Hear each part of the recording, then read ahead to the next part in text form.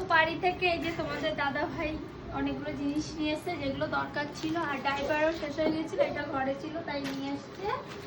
টুকটুক করে সবই তো একসাথে নিয়ে আসি না, কারণ এমনি অনেকগুলো ব্যাগ হয়ে যায়, তারপর আবার আনা হয়। যেভাবে সেই ঢোলটা এটা কিনে নিয়ে এসেছিল, এবার বাবা ঘুম দুটো বাজাবে তাদের সাথে।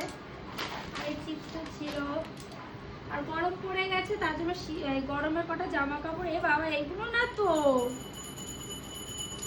তুমি আমাকে ভিডিও কলে একটু দেখাবে না কোনগুলো নিয়ে আসবে? যেগুলো পরাই না সেইগুলো নিয়ে এসছে।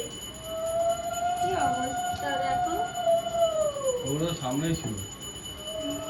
এইগুলো তো আমি নিয়ে আসতে বলেছি, আমি তো নিচের তাক থেকে আনতে বলতাম, একটু ফোন করতে হয় না।